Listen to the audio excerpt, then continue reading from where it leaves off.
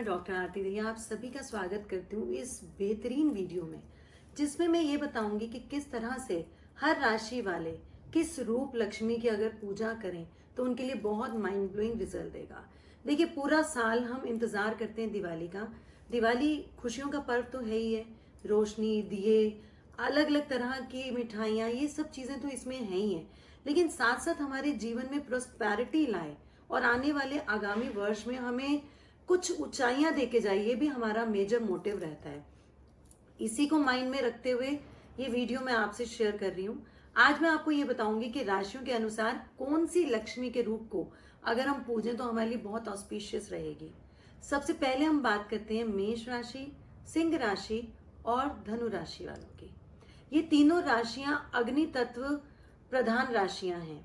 अगर ये धन लक्ष्मी की पूजा करें तो इनके लिए बहुत ऑस्पिशियस रहता है। इनको करना क्या है, माता की मूर्ति के आगे अन्न की ढेरी लगानी है और उस पे चांदी का एक सिक्का रखना है और उस सिक्के को पूरी रात दिवाली की पूजन पे रखे रहने देना है। अगले दिन थोड़ा सा अन्न के दाने और साथ में वो सिक्का, उसको किसी लाल कपड़े में बांध के अपने कैश बॉक्स या जहां पे आप अपना धन संचित करते हैं वहां पे रख दीजिए। नेक्स्ट हमारी कैटेगरी आती है मिथुन राशि, तुला राशि और कुंभ राशि वालों की।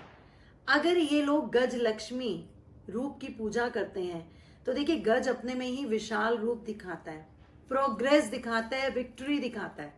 स्पेशली जब आप यहाँ मूर्ति का चयन करेंगे तो आपको एक चीज का ध्यान देना बहुत जरूरी है कि माता के स्वरूप की तरफ, दोनों तरफ अगर गज हो, हाथी हो तो बहुत ऑस्पिशियस माना जाता है। उनकी आप पूजा करें, उनके सामने आप कमल के फूल, कमल गट्टे चढ़ाएं और अगले दिन फिर उसको, जो गोवर्धन वाला दिन है हमारा, अगले दिन उसको पूजा से उठा के अपने किसी कैश बॉक्स में लाल कपड़े में लपेट के रख लें। उसके बाद हम चलते हैं वृषभ राशि वाले।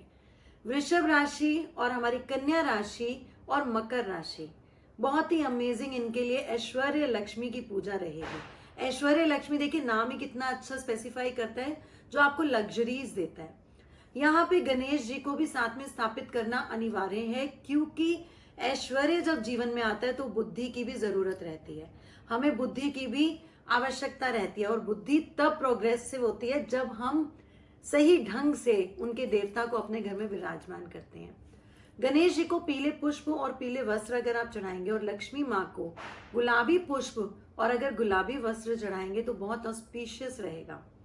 अष्टगंध माता के चरणों पे लगाइए और वहां से लेके लगातार रोज अपने नहाने के पानी में उस अष्टगंध को थोड़ा थोड़ा डाल के नहाइए, आपके लिए बहुत बेहतरीन रहेगा। और पुष्पों को उठा के आप एक लाल पोटली में बांध के अपने गले में रख देंगे, आपके पास वाकई ही सही मायने में ऐश्वर्य आपके जीवन में आ जाएगा। अब हम बात करते हैं कर्क, वृश्चिक और मीन राशि वालों की। धन लक्ष्मी की पूजा आपके लिए बहुत ऑस्पिशियस रहेगी। अगर स्पेशली आप धन हानि को फेस कर रहे हैं तो आपको स्टैंडिंग पोजीशन वाली माँ को नहीं अपने घर में रखना, आपको कमल पे बैठी हुई माँ को अपने घर में विराजमान करना है। स्पेशली वो आपको दोनों हाथों से कुछ अच्छे तरीके से धन दे रही हूं। आपको बहुत ही ख्याल रखना है इस चीज का कि माता विराजमान हो, तभी वो आपके घर में हमेशा स्थिर लक्ष्मी का वास कराएंगे। आपको एक चीज और ध्यान रखनी है, रात को जब आप उनको पूजा पे रखें दिवाली की, तो उनके सामने कुछ सिक्के, घर में जो आपके नॉर्मल अवेलेबल सिक्के हैं, और उसके साथ साथ कुछ नोट अगर आप रखें और कुछ साबुत अक्षत अगर रखते हैं, रोली लगा के आप उनको रख सकते हैं, यानी कि लाल टीका लगा के रख सकते हैं। अगले दिन उसको आप उठाइए, अपनी पोटली में बांधिए लाल रंग की और उसको अपने गले में रख दीजिए।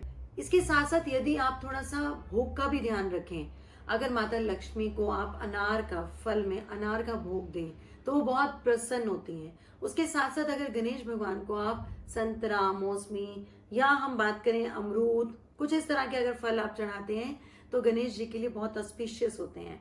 उसके बाद साथ साथ अगर हम मिठाई की बात करें तो माता के लिए तो जितनी भी सफेद मिठाइयाँ हैं वो सारी ही अलाउड हैं और बहुत बहुत प्रोस्पेरिटी देती हैं। जितना आप सफेद रंग का मीठा माँ को इस दिन चढ़ाते हैं, आप खीर चढ़ा सकते हैं, रबड़ी जलेबी चढ़ा सकते हैं और उसके साथ साथ आप बर्फी चढ़ा सकते हैं, कलाकंद चढ़ा सकते हैं, रसगुल्ला चढ़ा सकते हैं, रसमलाई चढ़ा सकते हैं, कुछ भी चढ़ा सकते हैं।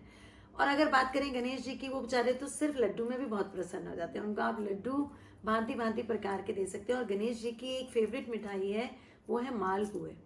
वो गणेश जी को अगर आप अर्पित करते हैं, इसका उल्लेख गणेश पुराण में भी किया गया है, अगर आप उसको अर्पित करते हैं तो बहुत बहुत प्रसन्न होते हैं। और अगर वैसे आप लोग अगर कुछ किसी तरह का यज्ञ भी करते हैं, बहुत सारे लोग दिवाली पे हवन करते हैं, यज्ञ करते हैं, तो उसमें भी आप इस तरह से कर सकते हैं कि माता की जो आहुतियां हैं वो कमल गट्टे, या आप माता की आहुति के लिए खीर ले सकते हैं। और गणेश जी के लिए या तो आप छोटे छोटे लड्डू बना लीजिए 108, नहीं तो आप मालपुए छोटे छोटे बना के उसकी भी आहुति दे सकते हैं। बहुत ऑस्पिशियस रहता है, बहुत पॉजिटिव रहता है। देखिए, बहुत ही खुशियों भरा पर्व है, सबके साथ मिलिए गिलिए, खुशियां मनाइए, पूरे साल का पर्व है। और इसके साथ साथ अपनी जिंदगी को एनर्जाइज करना मत भूलिए। इसको एनर्जाइज करेंगे तभी अगले साल इन खुशियों को मना पाएंगे। थोड़ा बुद्धि के साथ चलना है और बहुत विनम्र रहना है हर राशि वाले को, और बहुत ही अच्छे तरीके से इन उपायों को करके बेनिफिट उठाने हैं पूरे। तो मैं उम्मीद करूंगी ये दिवाली आप लोगों के लिए बहुत ही मंगलकारी होगी, बहुत ही ऐश्वर्य वर्धक होगी, बहुत ही प्रोस्पैरिटी लेके आएगी आपके जीवन में। हर वो खुशी आगमन करेगी जो आपने कभी उसकी इच्छा की होगी। नमस्कार।